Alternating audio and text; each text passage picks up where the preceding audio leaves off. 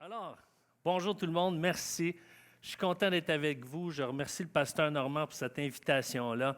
Ah, vous savez, là, j'ai vraiment été béni puis encouragé par les chants, la présence de Dieu qui était manifeste, ce cœur d'amour envers Dieu qui s'exprime au travers des chants. C'est toujours touchant, c'est toujours enlevant. Pour me situer, je vais faire ça bref, mais juste pour que vous puissiez un peu comprendre pourquoi je suis ici, puis qu'est-ce qui m'anime, puis à quoi que le Seigneur m'appelle. Bien, sur le plan professionnel, je suis au sein une équipe pastorale à l'église de Gatineau, l'église Le Sentier, pour une journée et demie par semaine. Et une journée et demie, je suis en train de prendre la relève d'une église où est-ce que le pasteur voulait prendre sa retraite. Il va avoir 76 ans. Puis il dit, il me semble que ce serait le temps que je prenne ma retraite.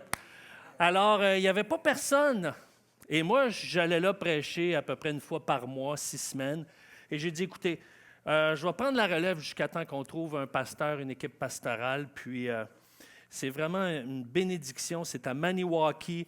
Les gens aiment le Seigneur. À chaque fois qu'on prie les mercredis, il y a toujours « Hey, j'ai parlé à un tel, j'ai parlé à une telle, j'ai parlé à la caissière, à l'épicerie, et on va prier. » Puis il y a vraiment une foi active chez ces gens-là, et je suis vraiment encouragé. Une journée par semaine, je suis dans les médias, la région de Québec, la région de Montréal et la région d'Ottawa, où est-ce que je parle, par exemple, d'éducation en tant que parent, de relations de couple. Et le lundi, particulièrement à Montréal, je fais une série sur l'éducation des garçons. Parce que, saviez-vous qu'il y a eu une étude aux États-Unis qui disait que 80 % des viols qui ont été commis aux États-Unis, eh bien, lorsque c'était un homme qui violait une femme, c'était un homme, dans 80 % des cas, avait un père absent. Ça fait toute la différence, l'absence ou la présence du père. Donc, je me consacre dans les médias pour amener, non pas évangéliser directement en utilisant des versets de la Bible, mais défendre nos valeurs, notre perception de la vie. Qu'est-ce que la parole de Dieu fait en nous, puis quelles sont nos valeurs, cette perspective chrétienne, sans utiliser des mots religieux, pour justement court-circuiter la mauvaise propagande, si on veut, dans les médias, parce qu'il y en a beaucoup. Et aussi pour donner une source d'espoir, qu'il y a une pensée qui vient de Dieu, qui nous donne de l'espoir et qui produit du fruit, du résultat, parce que les principes de Dieu sont actifs, sont opérationnels. Et je suis aussi aumônier auprès des fonctionnaires et je veux, au travers de ce service d'aumônerie-là, pouvoir rejoindre les gens des médias, me lier d'amitié avec eux, prier avec eux et voir le salut s'opérer dans ces gens-là. Ça, c'est en gros à ce moment-là. Mais sur le plan personnel, qu'est-ce qui a fait que je m'intéresse, par exemple, à l'éducation, au couple, aux enfants, etc., au rôle de parent? Bien, c'est parce qu'il est arrivé un drame dans ma vie en 2013.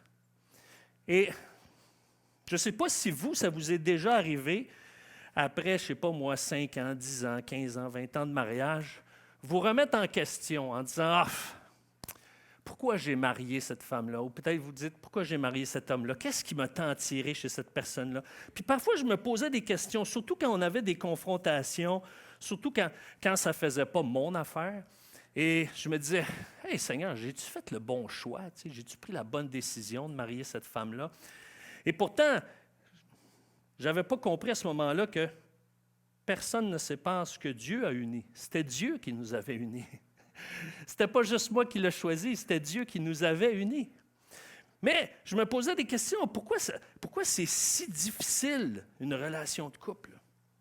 Jusqu'à ce qu'un jour, je revienne de l'épicerie puis je retrouve ma femme sans vie. Et là, ça m'a dévasté, ça m'a jeté à terre. Puis encore aujourd'hui, mes enfants ont des séquelles de ça. Ça s'est passé en 2013.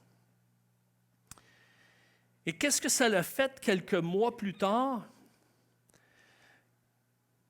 Parce qu'après avoir passé la douleur de son départ, puis du geste qu'elle avait posé, eh bien, je réalisais le vide qu'il y avait dans la maison.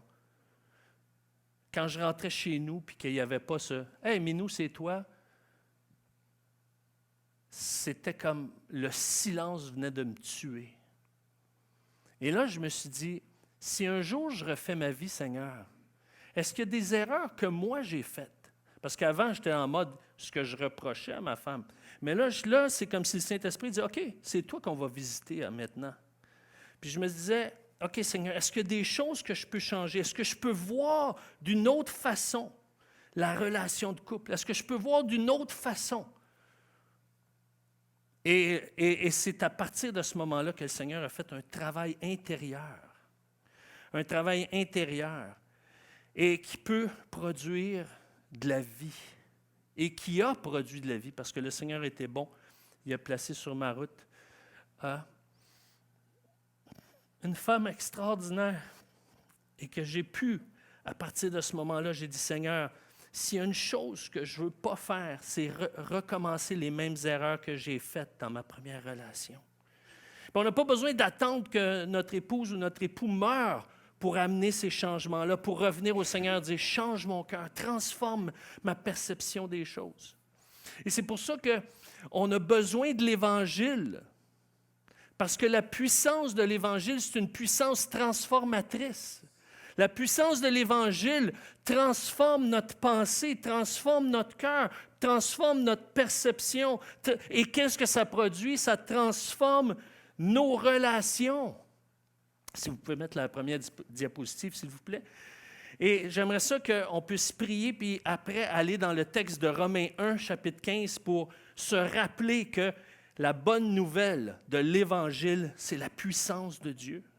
C'est une puissance qui sauve, c'est une puissance qui guérit, c'est une puissance qui délivre, c'est une puissance qui transforme, c'est une puissance qui change notre perception, qui change notre cœur, qui nous détourne de soi pour aller aussi vers les autres, parce que Dieu nous donne à nous, on est nous-mêmes les témoins, on est les récipiendaires de cet évangile-là, mais ça produit un élan vers les autres. Ça ne peut pas rester à nous parce que c'est trop bon, c'est trop grand, c'est trop glorieux. Ça ne peut pas juste rester, je le veux juste pour moi. Je le veux pour moi parce que ça me fait du bien, mais c'est un bien que je veux donner, c'est un bien que je veux transmettre. Ce n'est pas parce qu'il faut que je le transmette, c'est un élan continu parce que c'est un élan de vie. L'Évangile, c'est un élan de vie, de vitalité. Ça ne peut pas nous garder oisifs. Parfois, on est dans des temps d'admiration où est-ce qu'on est bouche bée devant la grandeur de la bonté de Dieu. Mais à un moment donné, quand on en prend conscience de cette grandeur-là, on a le goût de le partager. Ça produit une vie, une vitalité. Alors, prions pour que la bénédiction de Dieu soit sur nous aujourd'hui, peuple de Dieu. Alléluia, Seigneur. Gloire à ton saint nom. Tu es digne de louange, Seigneur. Tu es digne de louange. Tu es digne d'adoration. Seigneur, on veut voir encore une fois ton évangile, ta puissance, transformer nos cœurs et nos pensées, Seigneur Dieu, pour que des gens puissent voir dans nos vies, puissent voir ta présence, Seigneur Dieu. On veut que les gens, lorsqu'ils nous regardent, disent, mais qu'est-ce que cet homme, qu'est-ce que cette femme a de si merveilleux, de si lumineux, de si attirant, et que lorsqu'ils vont nous le demander, qu'on puisse témoigner et dire, ça ne vient pas de moi. Ça vient d'une source surnaturelle. Ça vient de Dieu, le Créateur, l'auteur de la vie, l'auteur des relations. Ce Dieu qui est en éternelle relation dans la Trinité veut nous faire goûter cette relation, Seigneur. Puisses-tu transformer les cœurs? Puisses-tu donner des paroles d'espoir aujourd'hui? Puisses-tu énergiser ton Église?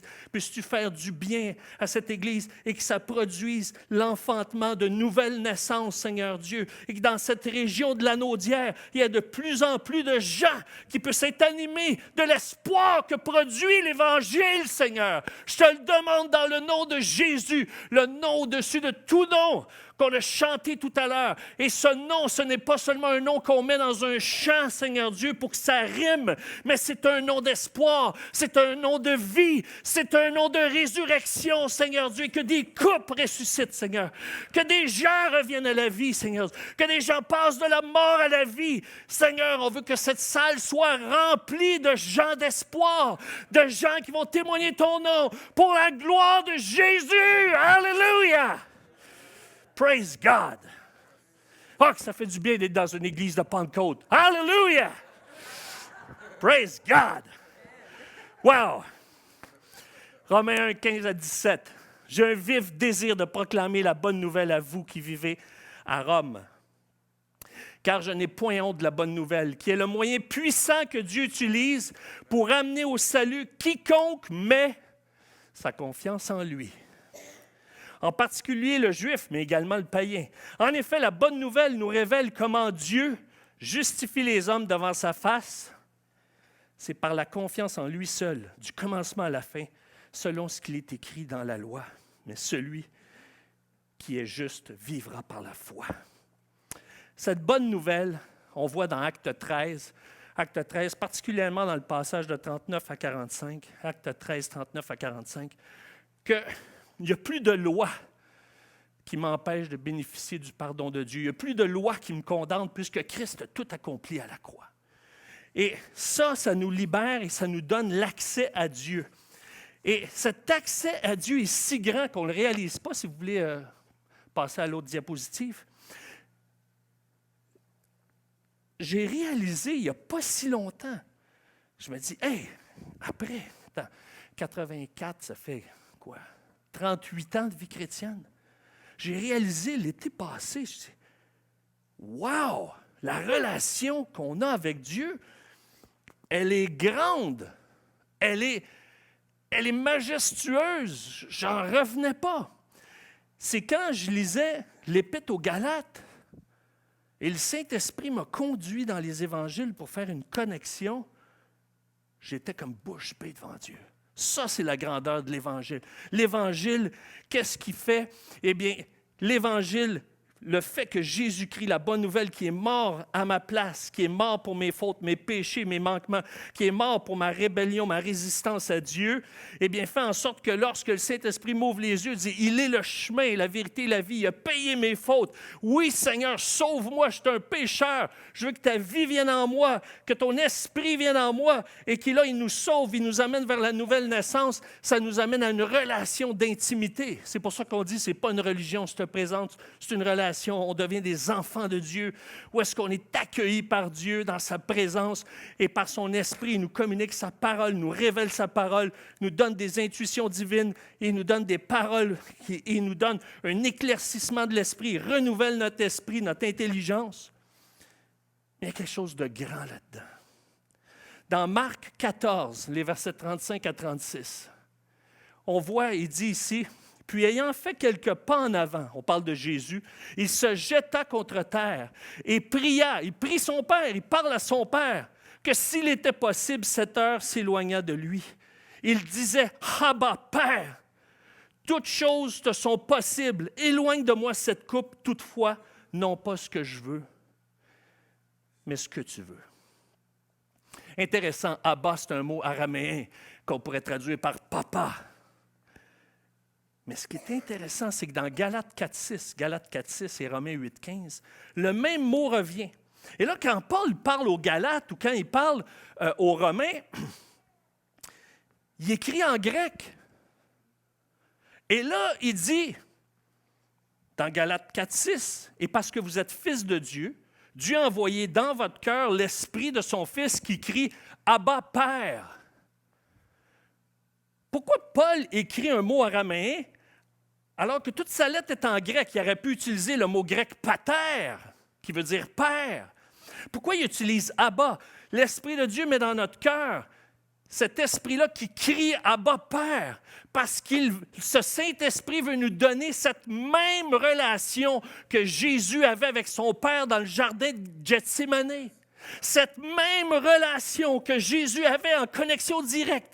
Il était capable de tout lui dire. Il disait, écoute, papa, j'ai pas le goût d'y aller à la croix parce qu'on va être séparés, parce que je suis en train de vivre de l'angoisse. On n'a jamais été séparés de toute l'éternité. J'ai pas le goût de faire face à ça, mais envoie-moi parce que je veux faire ta volonté. Il y avait cette proximité. Et là, Paul, il dit, Dieu veut vous donner la même proximité que Jésus avait dans le jardin de Gethsémani.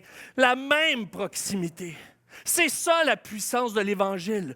Ça nous donne cette proximité relationnelle que Jésus avait.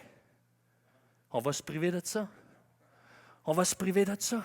Dieu nous attend. Il dit, qu'est-ce que tu attends? Quand Jésus dit que le séjour des morts ne prévaudront pas contre l'Église, c'est pas qu'on va avoir assez de force pour reculer contre leur attaque. Non, ils ne prévaudront pas contre nous qui attaquons les ténèbres. Parce qu'on a la même relation. On a accès à cette même relation que Jésus avait et que Jésus a avec son Père. C'est ça la puissance de l'Évangile. C'est cette puissance relationnelle. Maintenant, comment ça se traduit dans une vie de couple? Comment dans une vie de couple, cette puissance relationnelle peut produire un fruit qui va amener de la joie, de la paix, de l'harmonie, qui va faire en sorte que quand tu vas arriver chez vous, tu vas avoir hâte de voir ta femme ou ton mari. Tu vas avoir le goût d'aller en voyage avec. Tu vas avoir le goût de vivre une aventure dans différentes circonstances avec. Bien, on trouve des clés dans Hébreux chapitre 4, les versets 14 à 16. Hébreux chapitre 4, les versets 14 à 16. N'oubliez pas, frères et sœurs, que Éphésiens chapitre 5 compare Jésus-Christ à un époux et l'Église à l'épouse. OK? Jésus, c'est l'époux. L'Église, c'est l'épouse. Et quand on lit ce verset-là à la lumière de Jésus qui est l'époux et que nous faisons partie de l'Église et qu'on approche Jésus, notre époux, on peut vraiment voir le caractère de l'époux au travers de ce passage-là. Et on peut voir également le caractère et le privilège, l'accès, la relation que Dieu veut entretenir avec son épouse, qui est l'Église.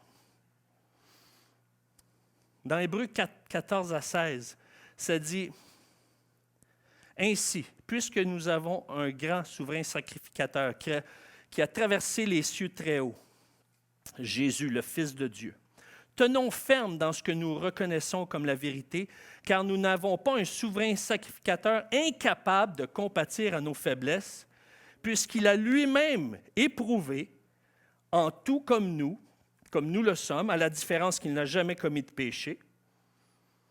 Approchons-nous donc avec confiance du trône de la grâce, où Dieu fait grâce afin de recevoir la miséricorde et de trouver grâce au moment opportun. » Alors, si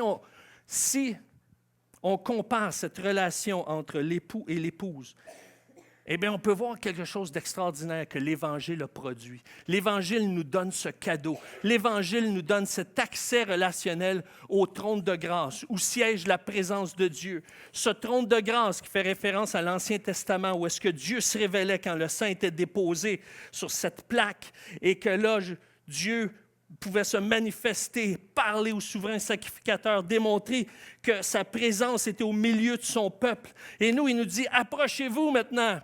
Le sang de l'agneau vous donne cet accès. Le sang de l'agneau vous donne cette relation que Jésus avait au jardin de Gethsémani. Il pouvait s'ouvrir le cœur, il pouvait confier tous ses problèmes, ses soucis, c'est ce qui lui faisait peur. Et il dit dans cette relation qui est comparée entre l'époux et l'épouse, eh bien, l'époux est un homme accueillant, est un homme qui accueille, qui invite à venir se confier, qui invite à faire part de ses douleurs, qui invite, je suis à l'écoute, je suis là, je suis disponible, je suis là pour t'accueillir, viens, je veux t'entendre, je veux cette relation-là, je veux être disponible pour toi, je veux que tu saches que je suis là pour toi. C'est ce que le passage est en train de nous dire, frères et sœurs. C'est une approche où est-ce qu'il y a une approche compatissante. Et c'est une approche où est-ce que l'époux comprend ce que l'épouse a vécu, parce que l'époux est connecté avec ce qu'il a ressenti dans le passé, avec ce qu'il a vécu dans le passé comme expérience. Il est capable de connaître et comprendre la douleur de ce que c'est d'être confronté à un défi, à une épreuve, à un obstacle. Jésus lui-même l'a vécu. Mais, vous allez dire, oui, mais il l'a vécu sans péché. Mais il a connu la douleur de ce que c'est être tenté. Il a connu la douleur de ce que c'est éprouvé. Dans le jardin, on le voit. J'aurais le goût que ça s'en aille. Ça me fait mal juste y penser. Mais non pas ma volonté, ta volonté.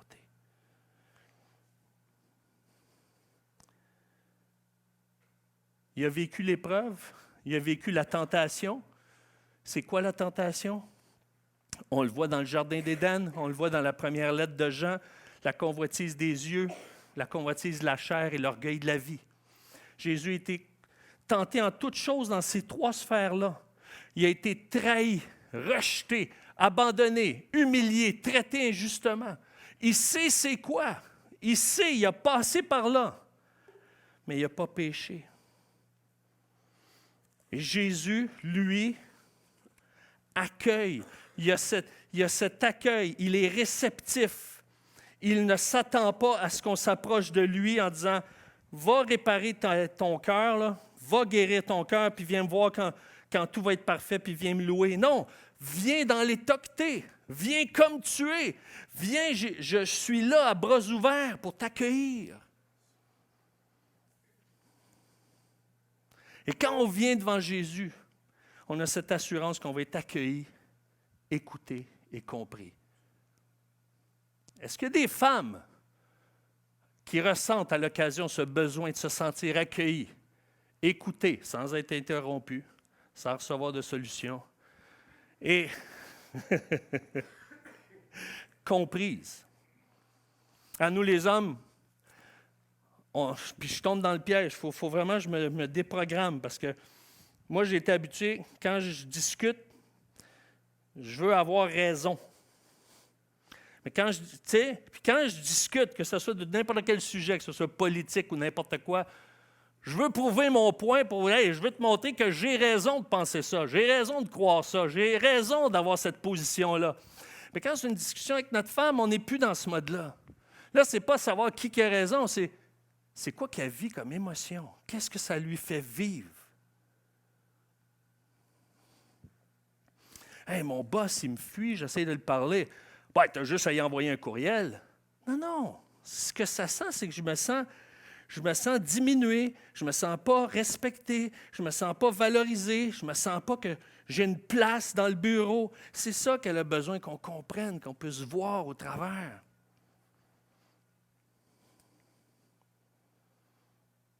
Et il le dit, tu vas recevoir miséricorde. Et ça veut dire guérir les effets du mal qu'on a commis dans le passé.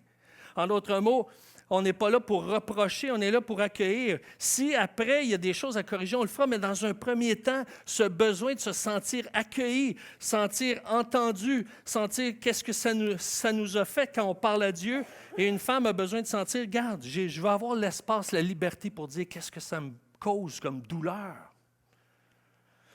Trouver grâce. Ça veut dire de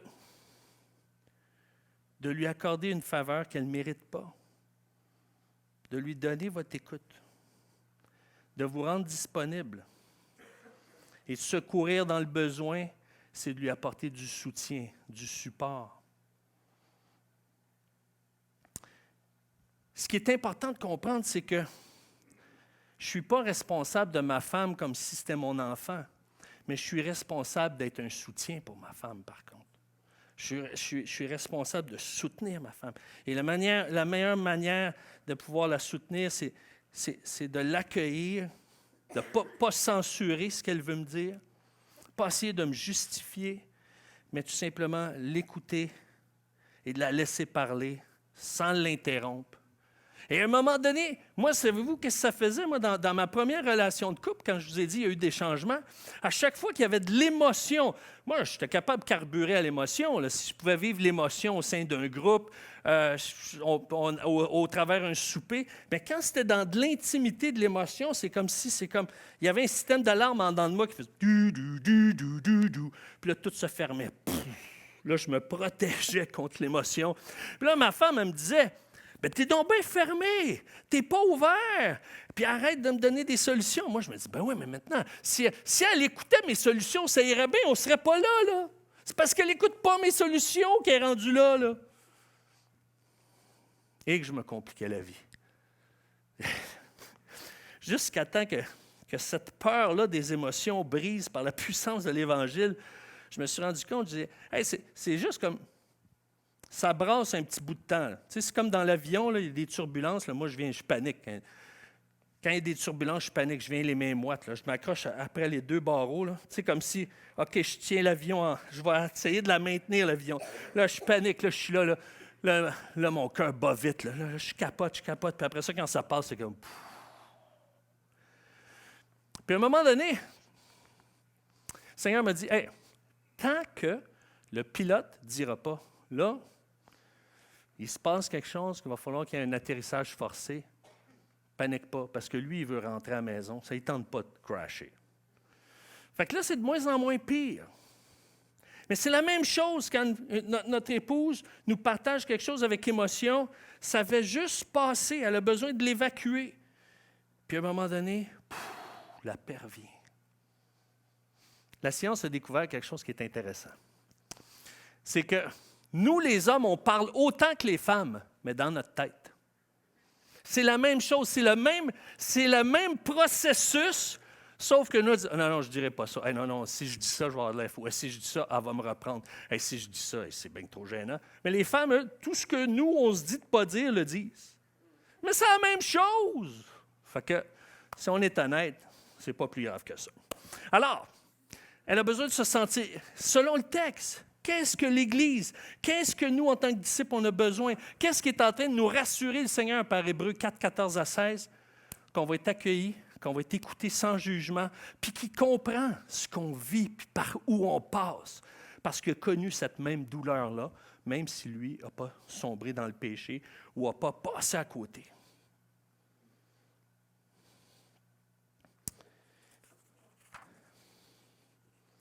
Et donc, c'est important, lorsqu'on écoute notre épouse, de ne pas l'interrompre, de ne pas lui donner de solution, de ne pas essayer de la raisonner et surtout de ne pas lui donner des paroles vides, tu sais, des paroles toutes mastiquées comme « fais-toi-en pas, ça va bien aller, c'est juste une mauvaise journée, je t'avais dit de l'ignorer, pourquoi tu as été le revoir avec ça? » Tu sais, on est mieux dans ce temps-là de rien dire, d'y prendre les mains, puis dire « Ouf, ça t'a fait mal, hein? Tu as trouvé ça dur, hein? » Déjà ça, là, ça va. Est-ce qu'il y a des femmes qui disent « Amen » à ça? Amen. Il y en a, OK. Gloire à Dieu, je ne suis pas trop à côté de la traque. Alors, c'est comprendre. L'idée, c'est souvent, on a l'impression, parce que quand on peut se sentir menacé par des propos, un homme pense que sa femme est contre lui puis qu'elle est en train de lui faire d'étaler une série de reproches. Tiens-toi, tu vas tout recevoir, tout ce que j'endure depuis des semaines. Mais c'est juste qu'elle a besoin d'évacuer. Puis une fois c'est évacué, puis qu'elle se sent accueillie, comprise, la reconnexion vient, l'amour revient. Et c'est la même chose, hein? Si tu t'en vas devant le Seigneur, tu dis, écoute, j'ai passé à côté, Seigneur. Écoute, c'est un défi en ce moment et je suis tenté, Seigneur, en ce moment. Seigneur, j'ai tellement besoin que tu viennes à mon secours dans ce moment-là. Et puis là, il vous donne une parole. Vous lisez la Bible, après ça, il vous donne une parole comme quoi il vous a entendu, comme quoi il va agir. Ça fait du bien, n'est-ce pas? Tu dis, wow, il m'a écouté, il m'a entendu, il est avec moi, il me rassure. Il me rassure de son amour. Et non pas, il me reproche d'avoir passé à côté. C'est ce que nos épouses ont besoin. Et plus on prend conscience de ça, plus je prends conscience de ça, plus ça me rend sensible à mon épouse. Je me souviens, il y a 2 semaines à peu près, nous, on a un barbecue dehors qui est branché sur le gaz propane. Pas propane, le gaz naturel. Et puis... donc, je fais du barbecue à l'année. Praise God. Mais même avant, quand j'habitais à Laval, j'avais une bonbonne, je faisais du barbecue à l'année. Pour moi, je veux dire, la neige ne m'empêche pas de faire du barbecue. Le barbecue, c'est la vie. Fait que c'est tellement bon. Fait que Là, à un moment donné, là, il y a un ami qui nous a donné une recette, tu sais, comment faire chauffer 2 minutes d'un bord, 2 minutes de l'autre. Tu l'enlèves 15 minutes, puis tu mets 5 minutes, 5 minutes.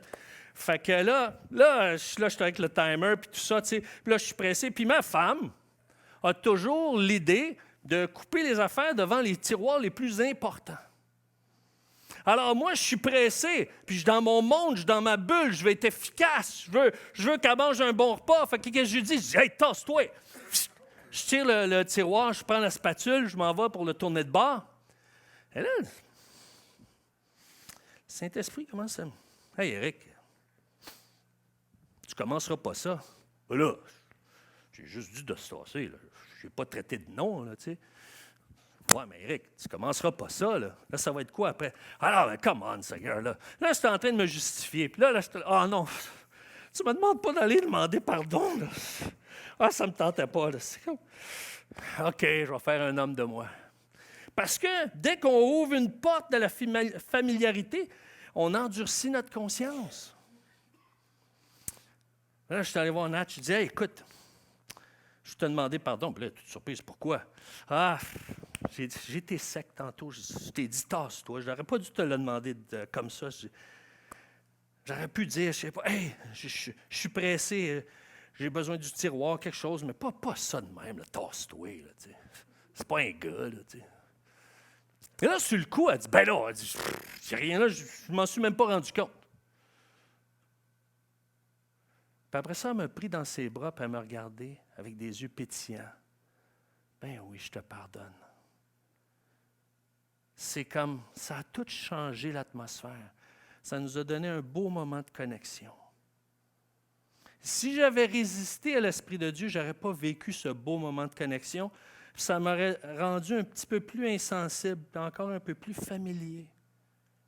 Mais plus on laisse l'Esprit de Dieu nous travailler, puis premièrement, nous donner de pouvoir vivre cette liberté-là, d'être transparent devant Dieu, devant Jésus-Christ, parce qu'il nous donne cet accès. Et plus ça nous libère, puis ça nous rend sensibles aux besoins des autres. Alléluia. Là, je suis en train de prendre conscience du temps. Là. Alors, l'Évangile, c'est la bonne nouvelle. C'est une bonne nouvelle d'espoir. Et ce n'est pas juste une bonne nouvelle d'espoir qui est écrite. Oui, c'est écrit, cette bonne nouvelle-là, puis ça nous donne de l'espoir parce que ça repose sur des vérités qui ont été éprouvées au travers des siècles. Je ne suis pas en train de remettre ça en question. Gloire à Dieu qu'on a la parole de Dieu, qu'on a les 66 livres inspirés pour nous guider. Mais non seulement on a la parole de Dieu et les promesses de Dieu qui accompagnent l'Évangile, et la parole de Dieu qui nous prépare à l'Évangile au travers de tout l'Ancien Testament, qui nous montre le vécu de Jésus-Christ pour nous apporter l'Évangile et qui nous l'enseigne au travers des Épîtres. Mais non seulement on a les textes sacrés, les textes de la Bible pour nous donner de l'espoir, de l'espérance au moment présent de l'Évangile, on a le témoignage d'un homme qui l'a vécu jusqu'à la mort. Dans toutes les fibres de son être, il est venu pour cet Évangile-là. Pourquoi? Parce qu'il attendait ce moment où est-ce que tout allait être accompli pour nous donner l'accès à son Père comme lui l'avait. Et ça fait toute la différence dans notre couple. Et si on veut passer à la diapositive avec Philémon, voilà, merci.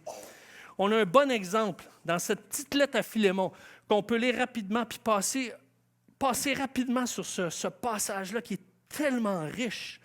Parce que les Écritures nous pointent toutes vers Jésus-Christ, vers sa personne et son œuvre.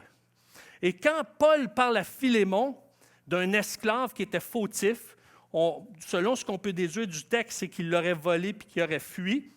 Et Paul dit à ce Philémon, « Si donc tu me tiens pour ton ami, reçois-le comme moi-même. Et s'il t'a fait quelque tort ou s'il te doit quelque chose, mets-le sur mon compte. » C'est exactement ça, l'œuvre de Jésus-Christ. Il a payé pour nos fautes et toutes nos fautes sont sur le compte de Christ. Ça a été payé. Et si, par exemple, ma femme m'a blessé, à ce moment-là, si je suis rempli de l'Esprit, je vais la recevoir comme Christ me reçoit.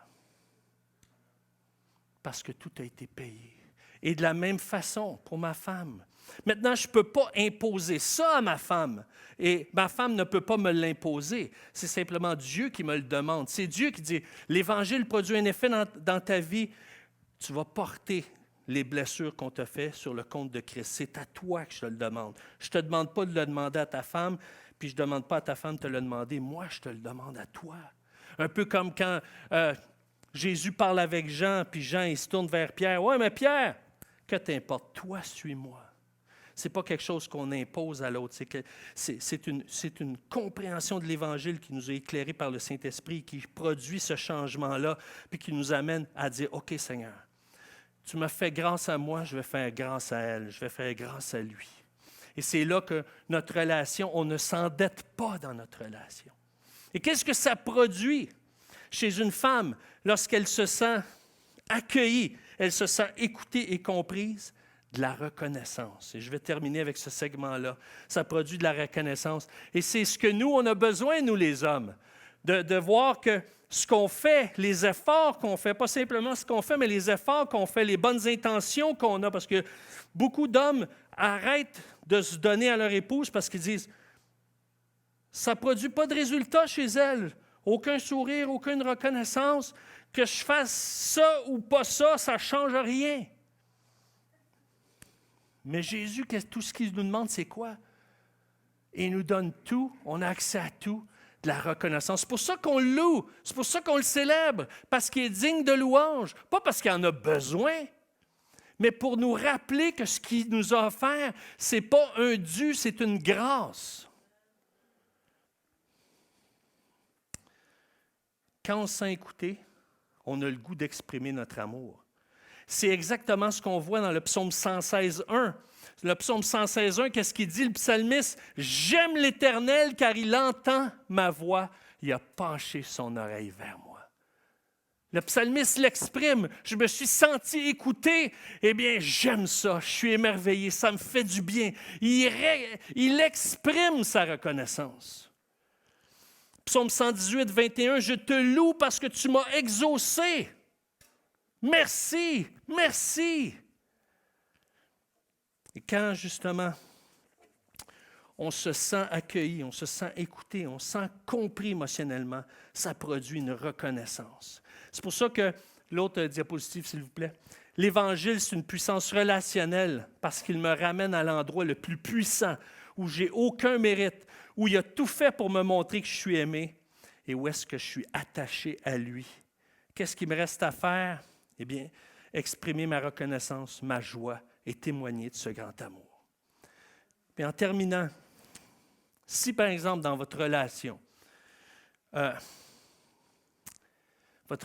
est fragile, puis au fil des années, c'est bâti de l'amertume, du refoulement, puis que la connexion n'est pas aussi harmonieuse qu'avant, eh bien, moi j'ai un outil, je peux vous donner, c'est gratuit, c'est vraiment une étape pour faire le point devant Dieu, en disant, « OK, Seigneur, j'ai besoin de t'exprimer ce qu'il y a dans mon cœur pour être libéré, puis que tu m'amènes dans cette démarche-là à relâcher le pardon, puis voir une guérison dans mes émotions.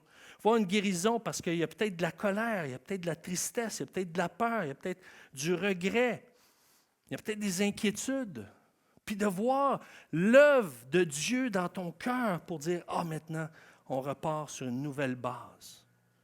On repart sur une base où est-ce que le pardon est mis en valeur et où est-ce que, à partir de maintenant, je vais pouvoir comprendre que d'abord et avant tout, c'est toi qui m'accueilles, c'est toi qui m'écoutes, c'est toi qui me comprends et c'est toi qui produis de la reconnaissance dans mon cœur. » Et de la même chose pour un homme, dire, « Hey Seigneur, je vis cette situation-là avec toi, eh bien, je vais l'offrir à mon épouse parce que je suis tellement émerveillé de ce que je peux tout te dire, je peux tout te confier. Et je vois de la façon que tu me traites, tu m'honores, tu m'utilises, tu fais de moi un ambassadeur, tu fais de moi un témoin. Tout ce que je peux dire, c'est merci. Merci Seigneur. » fais de moi un ambassadeur auprès de mon épouse.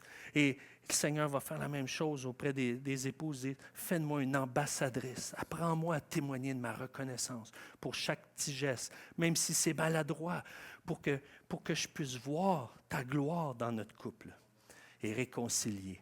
Je termine par la prière. Seigneur, réconcilie, fais du bien, guéris, touche. On a tous besoin d'être délivrés, d'être guéris. Et des fois, on porte des fardeaux, des douleurs qu'on n'a jamais osé te laisser explorer dans nos vies, dans nos cœurs. Mais maintenant, je te demande, par la lumière de ton esprit, que tu puisses aller plus en profondeur pour que tout ce qui fait obstacle à ce que cet amour puisse être libéré, eh bien, tu puisses amener par la puissance de ton évangile une restauration, parce que l'évangile produit une restauration relationnelle. L'évangile nous réconcilie avec toi, mais l'évangile produit un fruit qui fait en sorte que les gens vont voir qu'on est tes disciples, qu'on est tes ambassadeurs par l'amour qu'on va avoir les uns pour les autres. Il y a plein de gens qui souffrent, qui sont dans le désespoir. On le lit tous les jours dans les journaux, on l'entend sur toutes sortes de plateformes, que ce soit dans les médias traditionnels ou dans les réseaux sociaux. On voit des gens qui souffrent. À chaque jour, je vois des séparations d'artistes ou je vois des conflits de couple, Seigneur. Mais ce qu'on veut voir, c'est pas qu'on fasse semblant, puis on garde l'image, puis on veut faire à semblant que tout va bien pour pas que les gens pensent que ça va mal. Ce qu'on veut voir, c'est ton œuvre dans nos vies, ton œuvre de guérison, ton œuvre de réconciliation, ton œuvre d'amour qui produit des fruits véritables, authentiques, qui vont parler, qui vont faire vibrer des cœurs et qui vont amener des conversions, des nouvelles naissances et un réveil au Québec, Seigneur. On veut un réveil au Québec. On veut un réveil de l'Évangile. On veut un réveil de ce que Jésus-Christ est, le chemin, la vérité et la vie, et que ça puisse se manifester dans nos couples, dans nos foyers, Seigneur Dieu. Puisses-tu bénir, Seigneur, nos foyers et nos droits, dans le nom de Jésus. Amen. Que Dieu vous bénisse. Merci de l'invitation.